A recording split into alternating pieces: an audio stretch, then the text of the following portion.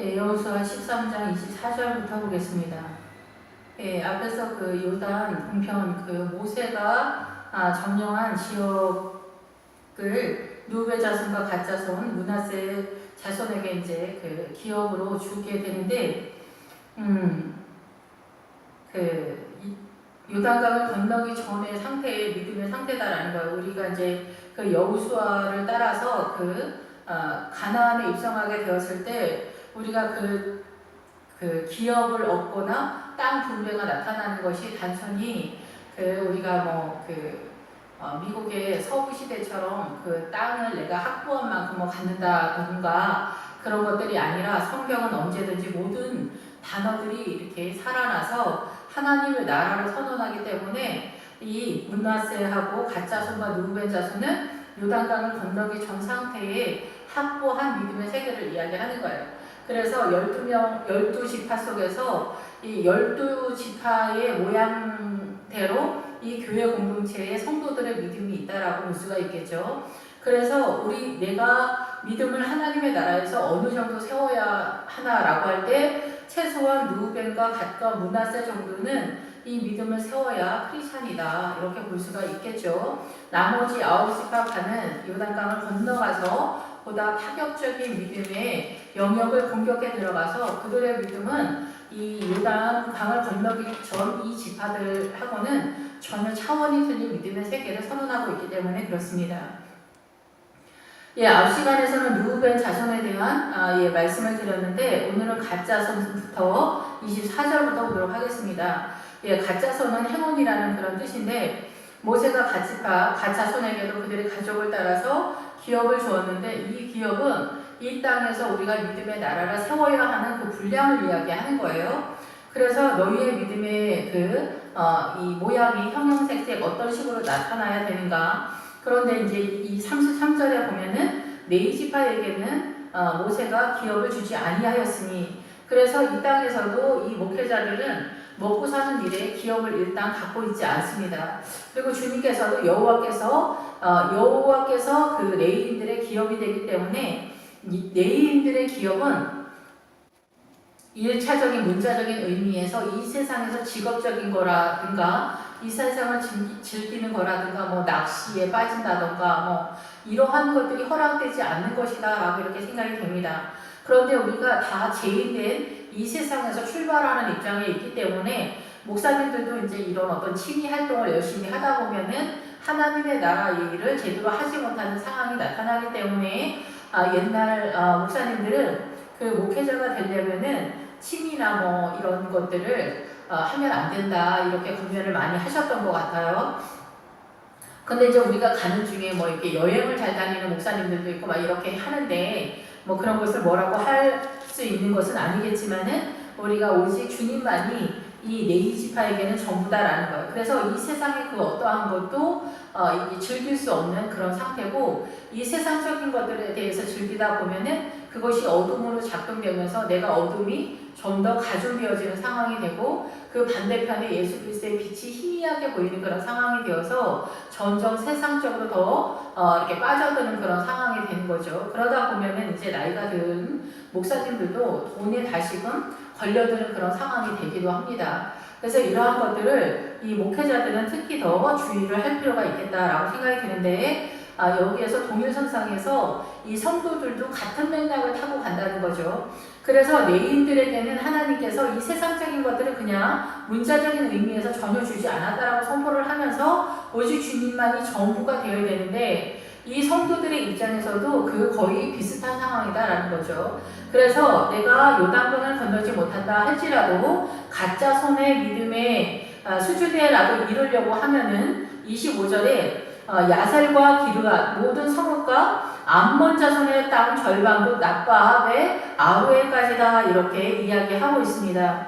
그래서 우리가 이제 그 요단강을 건너기 전에 있는 상태는 앞에서도 계속 말씀을 드렸지만은 한 발자국만 잘못 뛰면 바로 암몬으로 떨어지고 모압으로 떨어지고 블레셋이나 아니면 미디안으로 떨어지는 그런 믿음의 상태가 된다는 거예요. 그래서 룻기에서도 모압으로 엘리멜렉이 나옴이랑 두 아들과 내려갔다라는 것은 가뭄을 만나서 내려갔다라는 것은 모압적 믿음으로 추락했다라는 거죠. 이제 역사적인 그런 팩트 사건에 있어서는 실제적으로 그 나오미와 엘리멜렉의 그 가족이 모압으로 이주했다 돌아오는 것으로 나타나겠지만은 그 믿음의 상태를 주님은 말하고 있다는 거죠. 아버지께서는. 그래서 우리가 믿음이 추락했을 때 다시금 이 믿음으로 일어나서 하나님의 그 원하시는 계도를 따라서 가기 위해서는 12년이라는 세월이 충분히 이렇게 걸린다라는 거죠. 그래서 우리가 신앙생활을 할 때 10여 년을 허송세월을 하는 것 같은 것지만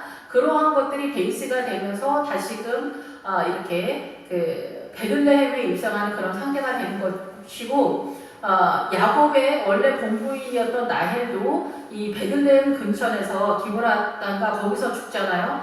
그래서 나헬의 믿음이 그 우물가에서 만났기 때문에 나헬이 본처인데 거기 이제 베들레헴에 가까운 곳에서 죽었다라는 거죠. 그런데 이 레아는 이제 호발주자인 것 같고 처음에 우물에서 만나지 못했고 눈이 좋지 않다라는 것은 영적인 눈이 뜨이지 않았다라고 볼 수 있는데 이 레아의 인생 전체 속에선 자식들도 낳고 남편과 연합되지 못하는 그 서러움들 속에서 오히려 이 레아가 마지막에 그 야곱과 함께 막벨라굴에 들어가는 경이적인 그런 역사가 나타나게 되죠. 그래서 그 마지막에 레아가 그 막벨라굴에 들어갔다라고 야곱이 고백하는 것 속에서 이 레아가 마지막은 그 믿음으로 이 막벨라굴에 들어갈 만큼의 믿음으로 서 있었던 게 아닌가 이런 생각이 듭니다. 그래서 레아가 그 나헬도 보고 자기 자식들도 보고 그러면서 야곱과 함께 이 애굽까지 내려가면서 인생 전체 속에서 그 믿음이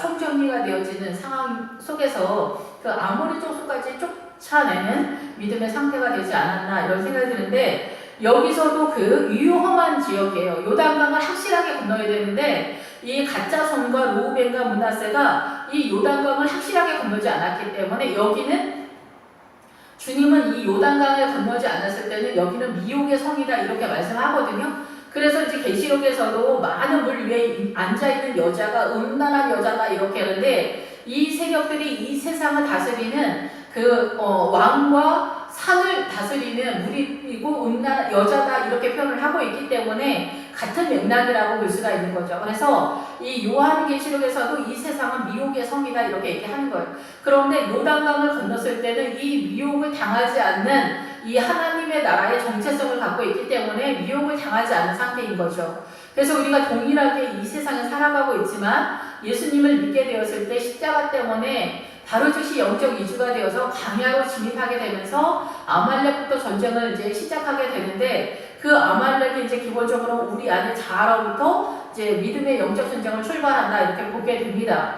그런데 여기서 이제 그 가짜선이 야셀부터 등장하는데 야셀은 울타리를 치면서 지원하는 세력이다 이런 뜻을 가지고 있어요. 그래서 이 가짜손은 어떻게 보면 요단강을 건너간 사람들이 실제적으로 요단강을 건너서 이 거리감은 있는 것 같지만 우리가 믿음의 공동체에서 뭐 장로님이나 권사님이나 목회자나 아니면 믿음이 조금 더 센 어떤 사람들과 연합하는 지원 세력으로 이 하나님의 나라를 세워가는 병사로서 서고 있다라고 볼 수가 있는 거죠. 실상에서는 이 가짜선이 요단강을 건너가지 않았기 때문에 엄청난 거리감이 있는 것 같지만 믿음에서는 그런 거리감이 사실상 있겠지만은 이 그 메인 아홉 세력의 그 아홉 지파 반의 그 가나안에 입성한 이스라엘의 세력을 지원하는 세력으로 이 가짜선이 있다라고 볼 수가 있는 거죠. 그리고 이제 길르앗인데 길르앗은 증거의 무덤이다. 바위가 많은 지역이다 이렇게 되어 있거든요. 그래서 바위가 많은 거는 이 하나님의 나라 예수 그리스도를 바위로 반석으로 표현을 하고 있고 계시록에서 이제 바위 틈에 숨는다 이러잖아요. 바위 틈에는 바위 안으로 들어간다라는 뜻이거든요. 그래서 바위는 우리가 이제 마지막에 페트라 성에 숨는다고 하잖아요. 그 바위가 그 반석이 바로 페트라예요. 그리고 베드로는 페트로스. 그래서 우리나라 언어로는 베드로. 그런데 그게 페트로스. 그래서 페트라에서 나오는 조약돌을 페트로스라고 하는 거거든요. 그래서 마지막에 우리가 이 험악한 인생에 이 세상이 관영하고 세상의 이 세력이 화려하고 찬란하고 반짝반짝하는 것에 우리가 밀리고 있는데 이때에 하나님의 자녀들은 이 페트라 성에 숨는다는 거예요. 그것을 성경에서는 바위 틈에 숨는다 이렇게 얘기하는 거거든요. 곧 예수 그리스도의 안으로 들어간다라는 그런 뜻인 거죠. 그래서 이 길르앗에서 이 바위가 많다는 것은 이 신앙의 경험이 많다 얘기예요. 그래서 신앙의 경험이 많은 사람들은 어때요? 하나님은 분명히 살아있어. 누가 뭐 하나님이 뭐 살았네 죽었네 뭐 하나님이 살아계시면 이럴 수가 있냐 뭐가 옳으냐 틀리냐 막 이렇게 얘기할 때 하나님은 정말 살아계셔. 목사님은 함부로 그렇게 말씀하면 안 돼. 김씨 집사님 목사님한테 그렇게 함부로 얘기하지 마. 주여종한테 그렇게 하면 하나님 싫어하셔. 하나님에 대한 분명한 경험을 갖고 있는 사람은 이렇게 크게 적극적으로 나가서 이 죄를 짓지 않는다라는 거죠. 예, 그런 상황으로 나타나는 것이 이 길르앗이라는 거예요. 그러니까 믿음의 경험이 분명한 사건들이 나름대로 어느 정도 있다는 거예요. 내가 절대 주님을 배신하지 않는 정도의 믿음이 있다라는 거죠. 그래서 여기는 돌 무더기다라는 거죠. 그래서 무더기는 이 샘물과 연결되면서 이 돌과 연결되면서 반석이신 예수 그리스도와 연결되는 샘물과 파도로서 연결이 되는 거죠. 그래서 이 모든 성읍, 야셀과 길르앗의 모든 성읍과 암몬 자손의 땅 절반, 여기 그래서 요단강을 건너가기 전에는 암몬 자손도 여기 들어와 있는 상태라는 거죠. 그러니까 이들의 믿음의 상태가 이러한 상황이다. 그리고 르우벨에서도 우리가 민수기와 이제 신명기에서 나오는 부올의 아들 발람이 여기서 죽게 되거든요. 그러니까 여기서도 이 부올의 아들 발람이 블레셋의 세력처럼 보일 수 있다라는 거죠.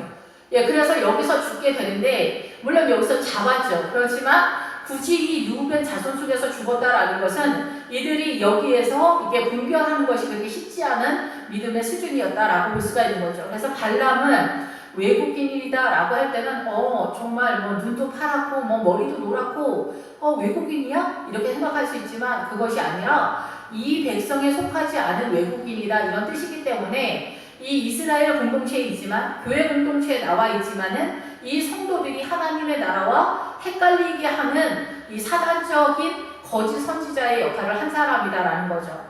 그러면 우리가 거짓 선지자, 눈이 파랗고 머리가 노라면 금방 알아보잖아요. 근데 왜 우리가 헷갈렸을까요? 눈도 검고 머리결도 검었기 때문에 못 알아봤겠죠. 그 얘기는 뭐냐면 이 하나님의 나라처럼 유사하고 합리적이다. 이건 하나님의 나라인 것 같다라고 이렇게 보여지기 때문에. 그런데 그것은 하나님의 나라가 아니라 이 예루살렘 왕 아도니세덱의 의, 세상의 의, 사단에게 속한 의고 사단에게 속한 거짓 평화였을 때 이 르우벤이 헷갈렸다라는 거죠. 동일하게 이 가짜 선도 이들의 중심 세력에 암몬 자손의 땅 절반, 곧 납바 앞에 아루엘까지 왔다는 거예요. 그래서 이 납바는 이제 많다, 풍부하다 이런 뜻이고 아루엘은 노간주 나무라고 해서 아직은 이들이 이 노간주 나무가 나름 뭐 이 정도 하고 나름 또 이렇게 쓸모가 있는 그런 뭐 제목은 아니지만은 나름 또 활용도가 없는 건 아니에요. 이렇게 고삐를 이렇게 송아지 고삐할 때 불로 해가지고 꺾어가지고 하는 게 이 노간주 나무로 한다고 뭐 이렇게 얘기를 하는데 그리고 뭐 이제 나름대로 뭐 조금씩은 쓰지만 이렇게 규모가 있는 나무는 아니에요. 근데 이 노간주 나무 아루엘은 척박한 땅에 잘 자라는 그런 나무예요. 그래서 이 하나님께도 소속은 되어 있지만 가히 그렇게 번듯한 크리스찬이다라고 하기에는 무리가 좀 있는. 그리고 나뭇잎도 이렇게 소나무처럼 되는데 엄청 가시같이 생겼어요. 그래서 이렇게 달면 엄청 따갑고 막 이러잖아요. 그래서 아마 이러한 것들이 크리스찬에게 굉장히 이기적이고 인정머리가 없고 뭐 이렇게 약간 이렇게 그럴듯하지 못한 모양새를 갖고 있다라고도 조금 더 나아가면 그렇지 않을까 이런 생각이 듭니다. 그리고 헤스본에서 헤스본 왕 시온이 있기 때문에 여기 헤스본에서 나만 미스베이기 때문에 이 나만 미스베는 그 망보는 높은 곳이다라는 그런 뜻이거든요. 그래서 우상숭배의 의미도 있어요. 그래서 산의 산당이나 이런 거는 우상적인 그런 것도 있지만은 이 조금 믿음을 조금만 올라가면은 우상적인 것과 하나님의 나라가 막 믹스가 돼서 구분이 잘 안 되는 것 같아요. 그래서 이제 예수 믿는 사람이 이 발람처럼 나타났을 때 사람들이 잘 구분을 못하고 예수 믿는 사람들이 또 무당을 찾아간다거나 이런. 그래서 이거는 인간 세계가 아니라 조금 높이 올라간 지역에서 나타나는 현상들이잖아요. 이러한 것들에 있어서 하나님의 나라와 사단의 나라가 혼동이 되는. 그래서 교회 내에서도 마귀방언하는 사람들이 있거든요.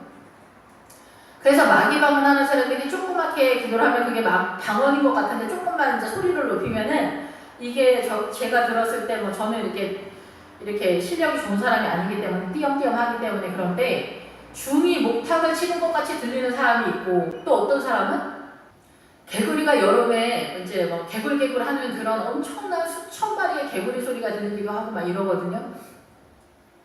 근데 그런 사람들한테 권사님 방언이 좀 이상한데요. 이거 그냥 한국말로 기도하셔야 될 것 같아요. 이렇게 얘기하면은 들을 것 같아요. 절대로 듣지 않아요.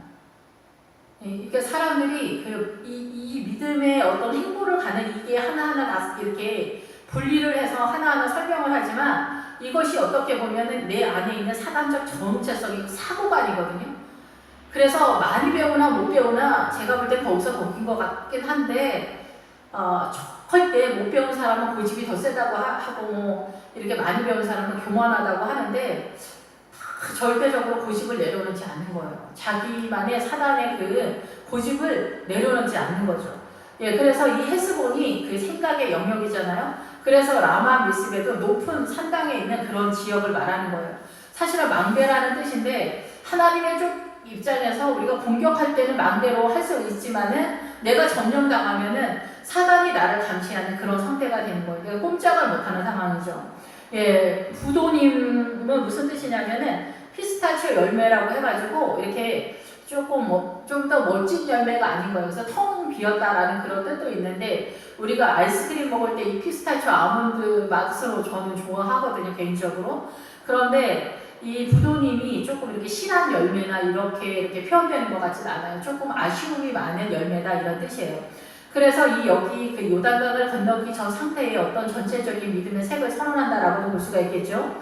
마하나임도 마찬가지예요. 두 진영이라는 뜻이에요. 그래서 두 진영이니까 당연히 어디겠어요? 하나님의 진영과 사단의 진영 중간쯤 있다라는 거죠. 그래서 계속 말씀을 드리지만은 한 발짝 이렇게 발을 잘못 디디면은 모압 쪽으로 떨어지거나 암몬 쪽으로 뭐 추락을 한다거나 이런 식일 수 있는 거죠. 그러니까 하나님의 나라와 이 세상 나라가 이렇게 분명하게 보이지 않는 거예요. 그러니까 내가 어둠이 어느 정도 있는 거죠. 예, 그래서 이제 성도들이 여기에 머물러 있는 성도들이 대거 많이 있는 거죠. 여기 이스라엘 같은 경우는 9지파 반이 요단강을 건넜지만 어떻게 보면은 우리가 요즘 볼 때는 9지파 반이 이 요단강을 건너지 않고 한두 지파만 요단강을 건너거나 아니거나 이런 상태에 있지 않나 이런 생각이 들고 요한계시록 쪽에서 보면은 이 해가 어두워지고 뭐 달빛이 피가 되고 이런 것들이 다 우리의 눈이 어두워졌다라는 것을 상징한다라고 저는 그렇게 생각을 하거든요. 해가 어두워지니까 어떻게 해요? 어둠이 완전 가중화되고 그 햇빛을 받아서 이 지구에 쏘아주는 달빛이니까 어떻게 해야 돼요? 달빛은 더 험악하게 어두워지는 거고 빛이 사라지는 상황이 되는 거잖아요.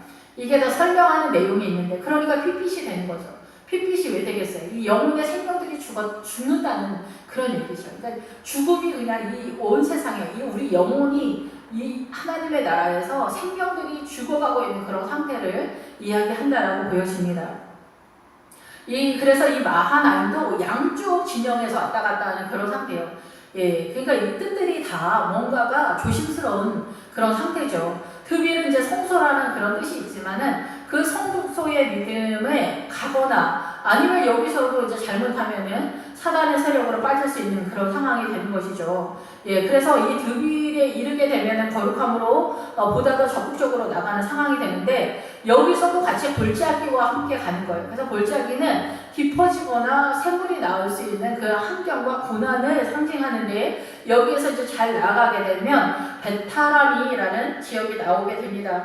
그래서 여기도 높은 산당의 집이다라는 뜻인데 우리가 믿음으로 공격해 들어가면은 이 성소의 그런 믿음과 같이 점점점 이렇게 길르앗처럼 높아져가는 그 믿음의 세계로 나아간다라고 볼 수가 있겠죠. 벤니무라는 뭐냐면은 표범이라는 그런 뜻이에요. 예, 그래서 이 성경에 보면 사사기에서도 그렇지만 이 가정에는 결혼을 하게 되면 남자와 여자 사이에 여기 사자가 투입이 돼요. 그래서 이 사자 같은 사단의 영이 우리를 공격할 때 사람이 사자랑 싸워서 이길 수 있는 이기지 못하죠. 그래서 이 사자와 이 표범과 같은 세력이 아직까지도 여기 갓과 루벤과 므낫세에게는 활동을 할 수 있는 그런 세계라는 거죠.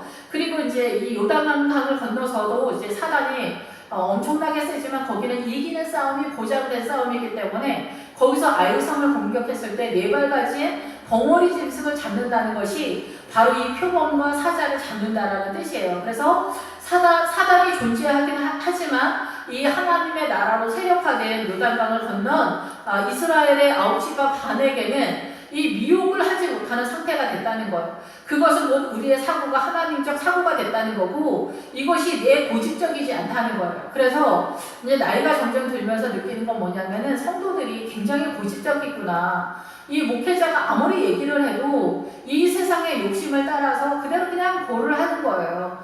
예, 요즘 뭐 좌파 정권이어서 좌파 정권이 좀 문제가 있습니다. 예, 우파나 민주적인 것도 이 사단의 문화권이지만 좌파를 지향하는 것은 더 어둠이 심화된 상태입니다. 그들을 지지하면 안 됩니다. 라고 말을 해도 많은 성도들이 좋다는 거예요. 그리고 복지를 잘해주기 때문에 좋다는 거예요.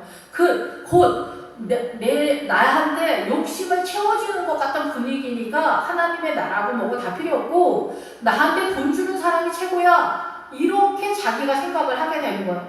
그러면서 목회자가 말해도 귀로 들리지 않는 거예요. 이것이 옳다라고 생각을 하는 거예요. 그러니까 나의 욕심, 내가 욕심이 있으면 눈이 어두워진다고 주님 말씀하시잖아요. 그러니까 이거를 따라가니까 점점 어떻게 해요? 더 심화되어진 어둠으로 나아가야 되는 거예요. 그러니까 해만 뭐 이렇게 검은 상복처럼 총감처럼 어두워지는 것이 아니라 그것을 따라가는 그 어둠이 나의 욕심이라고 생각을 하셔야 되는데 우리가 볼 때 뭐 외국인이면 그 파란 눈에 이 부월의 아들 발람처럼 파란 눈에 그 금발인 아저씨야 이렇게 하는 게 아니라고요. 교회 내에서 이 예루살렘 성 왕 아도니세덱이 야 너희들 바람 피워 너희들 도둑질해 불법을 해 이렇게 가리키면 여기 속아 넘어갈 크리스찬이 어디가 있겠어요. 사단이 이렇게 가본 줄 아세요? 여러분이 절대로 구분하지 못하도록 치고 들어오는 거예요. 그걸 누가 잘하냐? 정말 좌파들이 그러잖아요. 좌파들은 전략적으로 불법이 돼 불법이 아닌 것처럼 그렇게 교묘하게 하는데 우파들은 이렇게 교활하지가 못해가지고 계속 공격을 당하는 거예요. 아무것도 아닌 걸로 공격당하고 얘네는 막 수조원을 해먹어도 공격을 안 당해.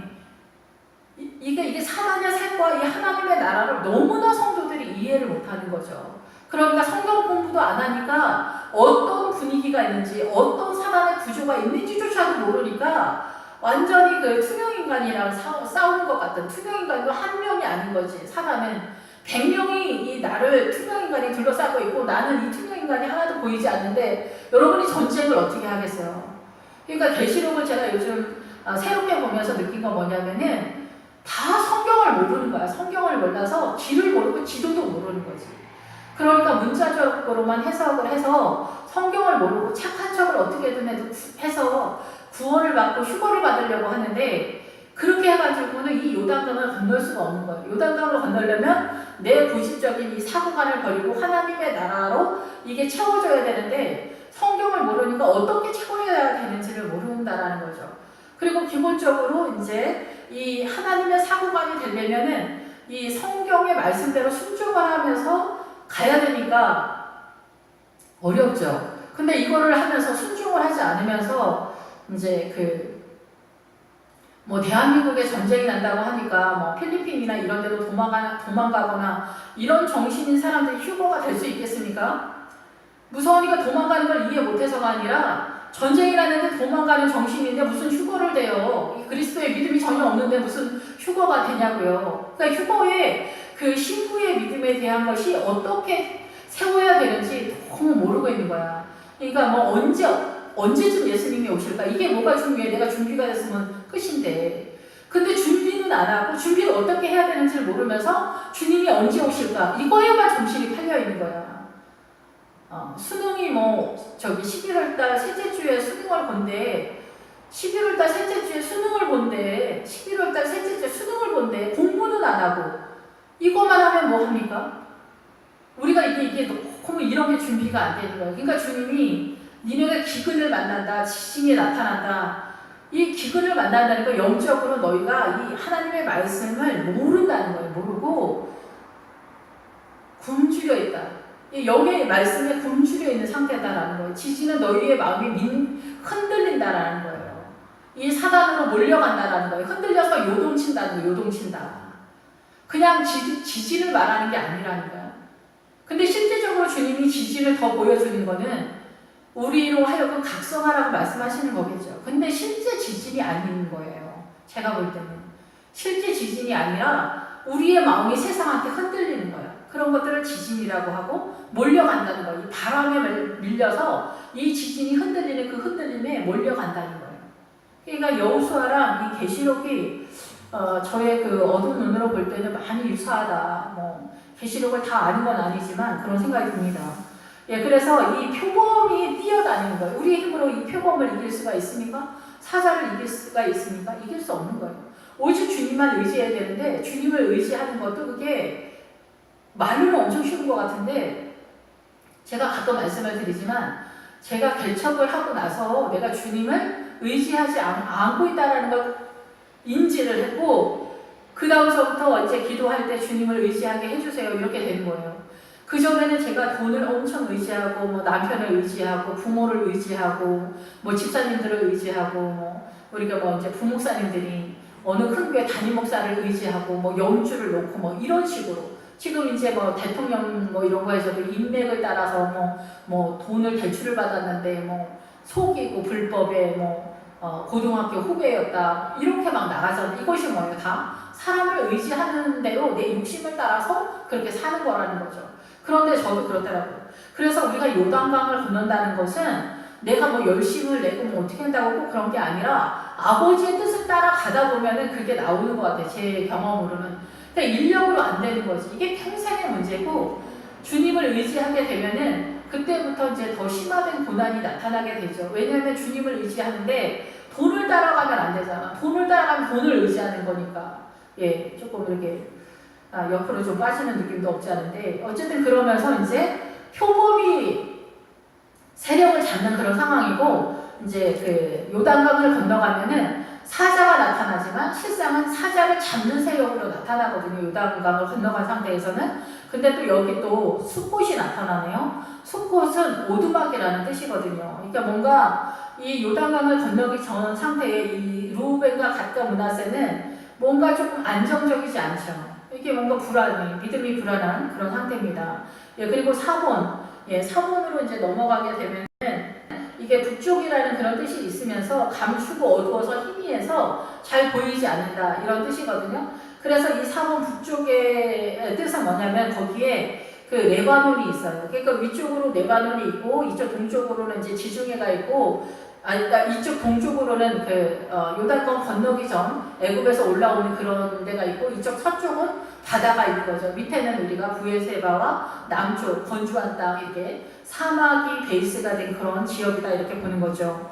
예, 그래서 이 헤스본 왕 시온의 나라의 남은 땅, 이쪽 이제 요단강을 건너기 전에는 헤스본 왕 시온을 잡아야 되는 거예요. 그래서 이쪽은 전체적으로 잘 보이지 않으면서 우리의 눈이 지금 밝아진 상태가 아니니까 근데 이 헤스본 왕 시온을 잡았을 때는 이 생각의 영역을 다 잡은 것이 아니라 일정 부분 어느 정도로 잡고 있는 상태다라는 거예요. 그래서 길르앗에 있는 것처럼 내가 하나님에 대한 예수님에 대한 신앙의 고백의 사건들이 몇 개 있는 그런 상태의 믿음들이다라고 볼 수가 있는 거죠. 그래서 이 헤스본은 생각의 영역이면서 그 생각의 영역을 관장하는 시온 왕이 있기 때문에 그런 거예요.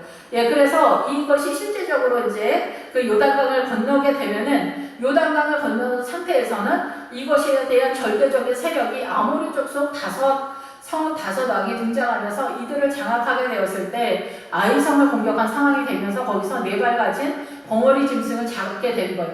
그렇게 되면 그 벙어리 짐승, 네 발 가진 벙어리 짐승 사단의 세력이 우리의 사고 속에서 속삭거리지 않는 거예요. 그래서 머리가 조용하면서 이 산 속에서 우리가 나타나는 어떤 현상들을 이제 사단이 적극적으로 우리를 공격하지 못하는 상태가 됐으니까 우리가 어느 정도 이제 이 사단의 세력들을 잡아가고 여기에서는 이미 내가 주님을 의지하는 수준의 믿음에 있기 때문에 이 영적인 전쟁이 눈에 보일 정도로 승리가 나타나는 그런 지역이다라고 이렇게 볼 수가 있는 거죠. 그래서 요단과 그 강가 경계선이다. 요단 동쪽에 기네레 바다의 끝까지 이렇게 갈릴리 바다라는데 갈릴리 바다는 사실상 요단강을 건넌 상태에서 나타나는데 이것이 그 갈릴리 바다가 전에도 말씀을 드렸지만은 시돈 땅이 이 갈릴리 바다로 내려오는 그 내용의 믿음의 세력을 띌 때 이 복음이 전파되어져 가는 구원을 끌어내는 세력의 그 상태라고 보여집니다. 그래서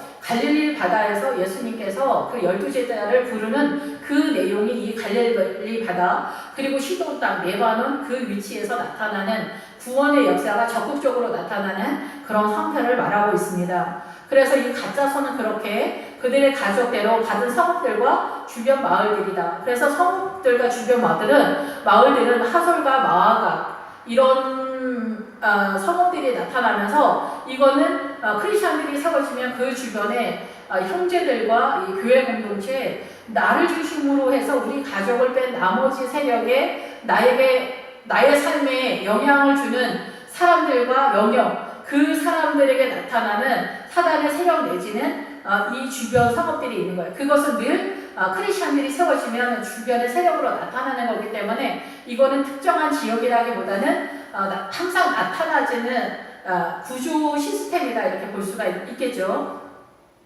예, 그러면서 이제 므낫세 자손은 므낫세 반지파에 기업을 주었으되 므낫세 자손도 이제 가족대로 기업을 주는데 믿음을 세워야 되는 거예요. 므낫세 가족도 이 가족대로 믿음을 어느 정도 세워야 되는 거예요. 가짜선도 누벤도 그리고 이스라엘의 아홉지파 반도 요단강을 건너서 이 믿음을 지켜내야 되는 거예요. 세워야 되는 거예요. 이 믿음을 세워야 되는 거예요. 크리스천들은 누구나.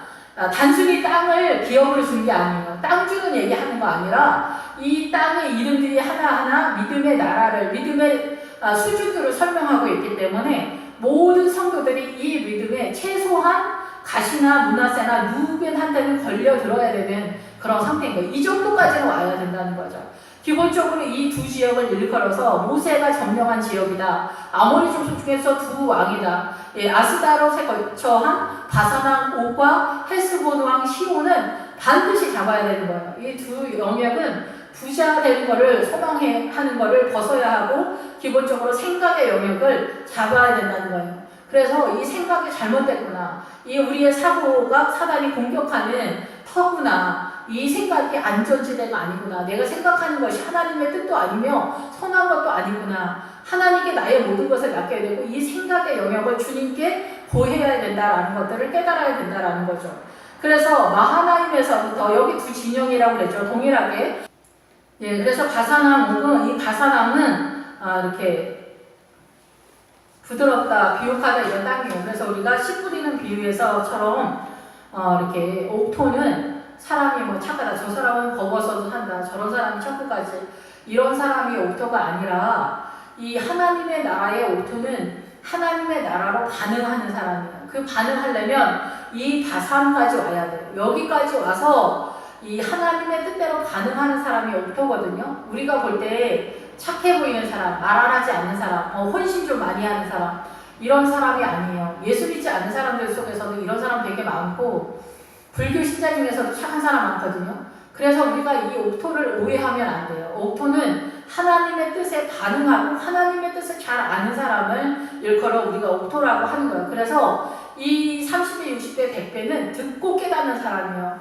성경을 보고 깨닫는 사람이에요. 하나님의 나라의 통치가 어떻게 이루어지는지를 아는 사람이에요.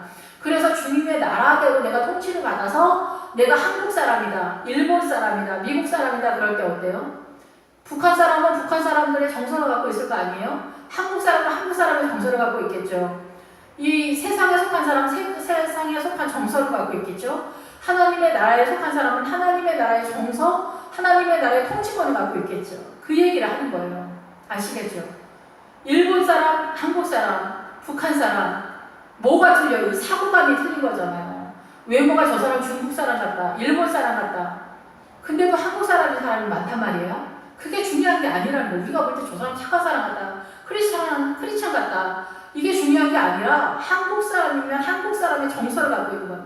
하는 짓, 하는 말, 하는 액션, 뭐 제스처, 모든 눈짓, 발짓, 뭐를 해도 그런 거예요. 우리가 영화를 보면 그러잖아요. 한국 영화를 보면 공감대 뭐 말할 필요도 없고 설명할 필요도 없죠. 근데 미국 영화는 보면서 설명을 해줘도 잘 이해가 안 되는 거죠. 근데 우리가 예수님을 믿을 때 하나님의 나라가 그렇게 느껴져야 되는 거예요. 뭔 얘기를 해도 지금 저 주님이 나한테 뭐라고 얘기하시는지 알겠다.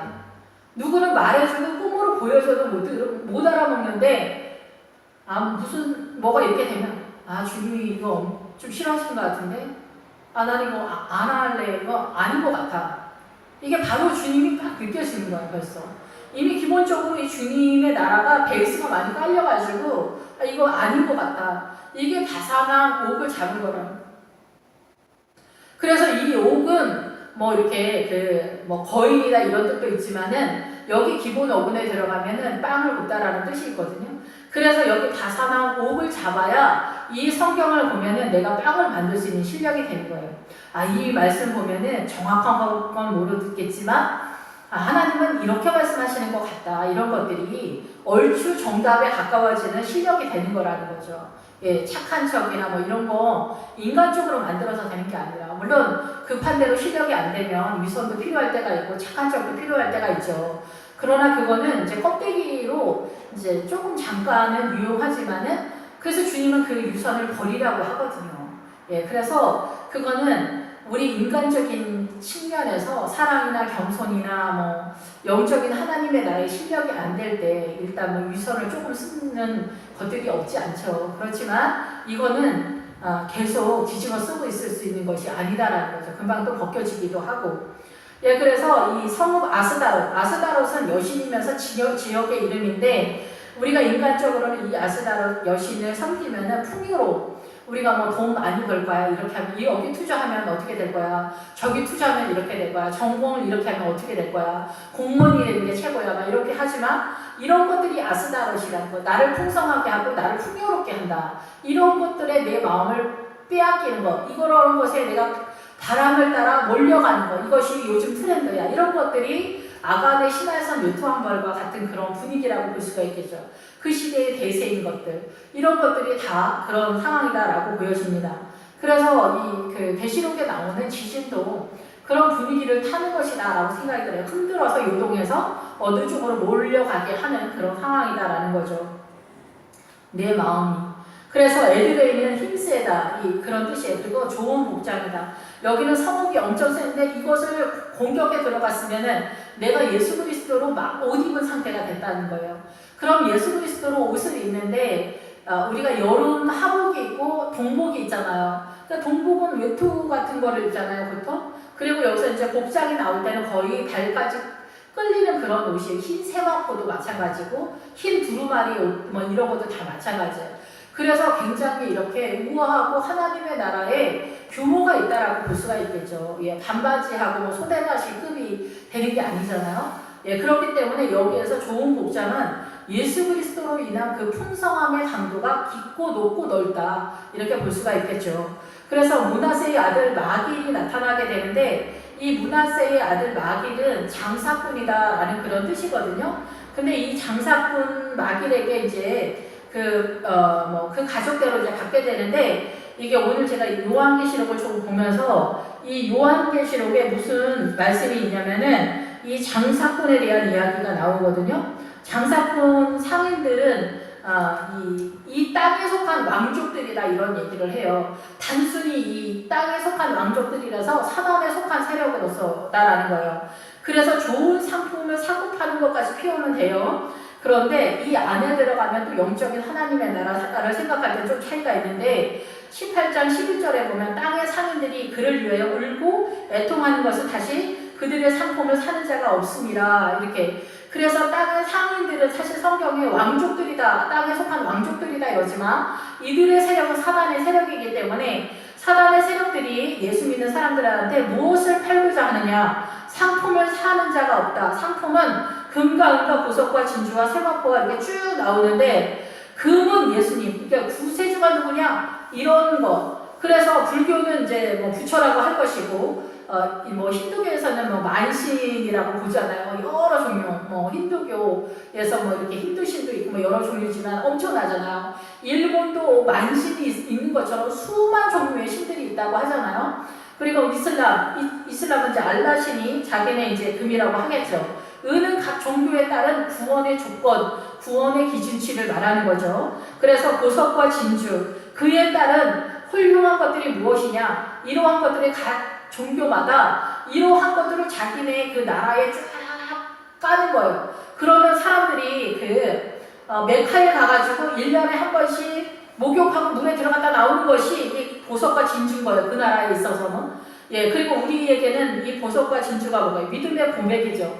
주님 앞에 더 나아가는 거죠. 각 나라마다 이제 요구 조건이 조금씩 틀리는데 이러한 것들을 사단이 각 종교마다 무당도 깔지만은 그 위에 종교를 더 깔아가지고 절대 강력한 세력으로서 이 영혼들을 사는 거예요. 그래서 세마포 이렇게 무슬림들은 어떻게 해요? 이렇게 폭탄 가지고 자살 특공대로 나가면은 자기네 천국에 가게 되면 3,000명의 여자들을 준다는 거 아닙니까? 이런 것들이 자기네의 죽는 게 세마포일 거고 이제 천국에 가서 그런 것들을 받는다는 거예요. 그런 것들이 이제 나타나는 거죠. 예, 우리가 볼 때는 되게 웃긴데 걔네는 이제 엄청 진지하겠죠. 자주옥감, 비단, 붉은옥 이런 것들은 이제 그 에서의 세력이면서 천주교의 교황들이 많은 이 천주교 성도들을 그 생명을 이끌지 못하는 어떤 세력이죠.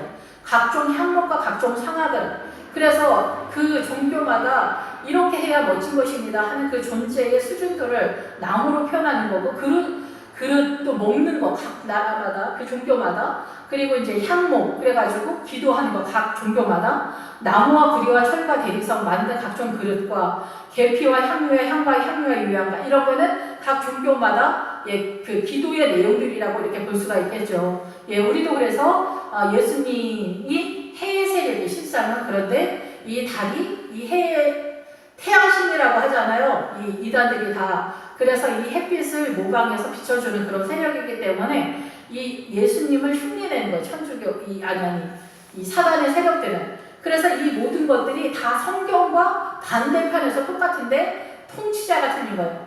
예수님의 세력과 사단의 세력으로 나타나는 거예요. 이 나타나는 내용은 유사한 거예요. 그러니까 성도들도 다른 종교도 뭐 다 이런데 다른 종교도 예루살렘 그 성읍에 아도니세덱 왕이야. 그러니까 예수님을 빼내면서 이 대한민국 나라에서 이 정치 경제에서 정치를 할 때 이것이 하나님의 나라냐 사단의 나라냐 이 크리스천들이 못 알아먹는 거예요. 예수님을 빼니까 못 알아먹는 거야. 교회에서는 하나님의 나라려니 이렇게 하는데 여기서도 헷갈리는데 이 아모리 족속의 다섯왕이 그 막대닭을 이 목자들이 있는 거쳐 우리에 들어오니까 이 교회잖아요. 여기에서 활동하는데 여기서도 못 알아먹으니까 세상에서 하는 사람들의 그 일은 더 못 알아듣는 거예요. 여기 알아먹어야 되잖아. 예수쟁이가 금방 알아야 되잖아. 근데 왜 모를까요?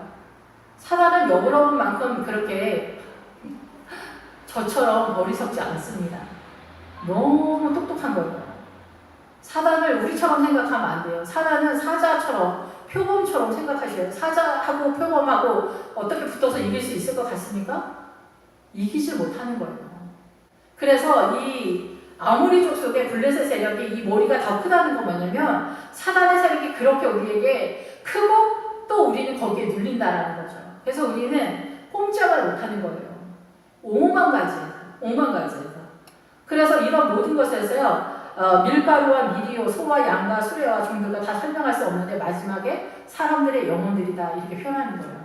이 사람들의 영혼들을 생명을 훔치려고 사단이 이렇게 쭉 가는 거예요. 장사를 하는 거예요. 사고 파는 그런 상태로 나타나는 것이다라는 거죠. 우리의 영혼들을 사기 위해서, 팔기 위해서.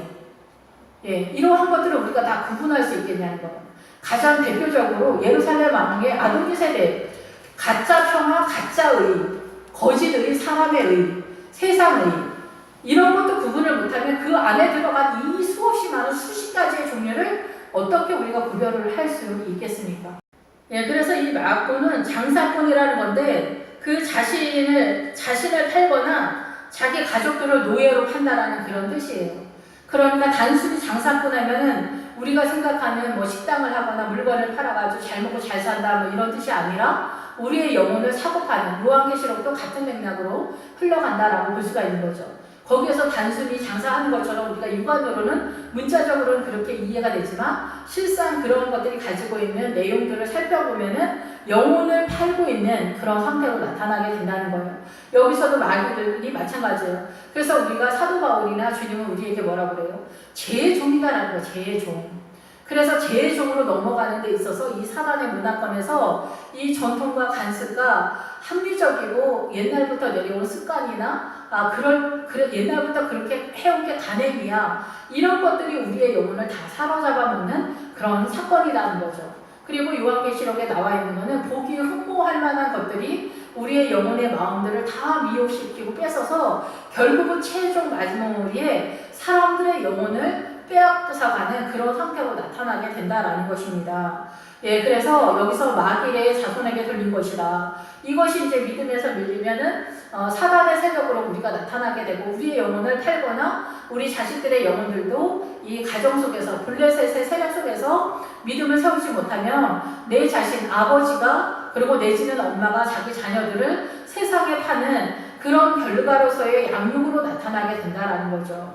그래서 실질적인 그 사람의 형상에 믿음을 증명하는 자리는 무게를 달다. 그래서 시장을 말하는 것이 아니라 우리의 믿음의 수준을 주님이 달아온다라는 그런 의미로 이 가정 속에서 우리의 믿음의 현주소가 드러나는 자리다라는 거예요. 그래서 어떻게 보면 블레셋이나 요단강 건너서도 그렇지만 전체적인 것에서 우리의 믿음이 어떠냐, 그리고 성도들은 어디까지는 반드시 믿음의 세력으로 올라와서 믿음을 세워야 한다. 너희들의 사고가 잘못됐다. 사단의 영역이다. 이런 것들 부자 되기에 애쓰지 마라. 그리고서 주님께서 이 참새 한 마리도 죽고 사는 것이 하나님 아버지께 달렸다라고 얘기하는데, 왠지 우리는 아버지 하나님께 나의 인생을 맡기면은 주님이 나를 굶어 죽이게 할까봐 무서워서 내가 노년을 준비하고 노후연금도 준비하고 적금들 들고 너무나 수선스럽게 사는 거예요. 그래서 사단은 우리가 일하려고 이 세상에 태어나서 일하다가 죽는 순간까지도 깨닫지 못하게 노아의 시대처럼 그렇게 일만 하다가 죽는 거예요. 내일 모레 죽어도 이 생명에 대해서 생각을 안 하고 육체의 생명에 대해서만 생각을 하는 거예요. 굶어 죽을까봐. 많은 사람들이 이거에 애달아 하는 거예요. 그래서 정말은 자기의 생명을 구원을 못하고 사실은 결과론적으로 보면은 자기의 생명을 파는 결과가 되는 거예요. 자기 스스로를 팔아버리는, 자기 스스로의 생명을 팔아버리는 것이 이 마길이라는 사람의 이름 속에 들어가 있다라는 거죠. 예, 그래서 이러한 것들을 우리가 믿음 안에서 들어와서 조금 머리가 아프고 조금 세상 사는 것이 어렵다 할지라도 너무, 저도 근데 여기까지 오면은 맨날 주님 앞에 이렇게 투숙하다 이런 뜻이 이제 성경에 많이 나오는데, 근데 그 뜻에 들어가면 밤을 새워 불평하다 이런 뜻이 있거든요. 근데 제가 그런 사람이에요. 저는 항상 불평불만이 많고 주님 저한테 왜 이러세요 정말.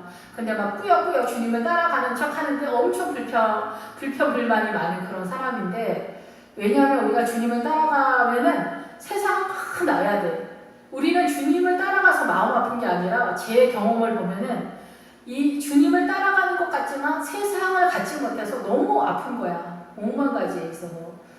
그런데 이제 그러다 보니까 어느새 나 때문이 아니라 정말 주님의 은혜로 여호수아와 함께 이 요단강을 건너게 되는 것 같아요. 예. 그래서 이 요단강을 건너가는 건 뭐예요? 죽고 나오잖아요. 물에 들어가면 죽잖아요. 그 물에 들어가서 나오잖아요. 부활의 신앙을 얘기하는 거예요. 그래서 나는 죽고 예수로 사는 결과가 이 요단강을 건너가야 나오는 그런 상태가 되는 거예요. 그런데 우리가 이제 요단강 건너가 만나니 이렇게 얘기하고, 이제 한강 소문에도 요단강 건너가면은 이렇게 된다 이런 얘기 하잖아요. 그래서 죽음을 얘기하고 우리의 마음속에 요단강을 건너가면은 우리가 죽을 것 같다라는 그런 그 사단의 유언비어가 우리의 영혼 속에 숨겨져 있는 것 같아요. 근데 그렇지 않고 이 성경에서 요단강을 건너서 이제 그 가나안에 들어가면은 우리가 꿈꿨던 그 사단을 공격해서 이 승리를 거머쥐는 그런 사건으로 나타나게 되거든요. 예, 그런데 제일 힘든 것은 이 요단강 바로 건너기 전 루벤과 가짜손과 므낫세 상태의 믿음에 있는 사람들이 훨씬 더 힘들어요. 여기만 지나가면 괜찮아. 여기만 지나가면 요단강이고 요단강은 예수님 때문에 순간적으로 넘어가는 거잖아요. 죽으면서 부활로 날아가는 거니까. 그런데 여기 이제 죽으면서 부활로 가면 죽을 것 같은 거. 죽음을 경험해요. 물론 부활로 나가니까. 근데 이 죽는 것 같은 것 때문에 미칠 것 같은 거지. 거기서 손을 못 놓는 거지. 붙들고 있는 거를 손을 못 놓는 거지. 저도 그렇고 다 그러죠. 근데 제가 저번에도 말씀을 드렸지만 죽을 것 같다, 죽을 것 같다, 죽을 것 같다 이럴 때 내가 죽을게요. 내가 죽을게요, 주님. 이렇게 말하세요. 주님이 어떻게 죽이는지 안 죽이는지 한번 보세요. 그냥 죽이세요.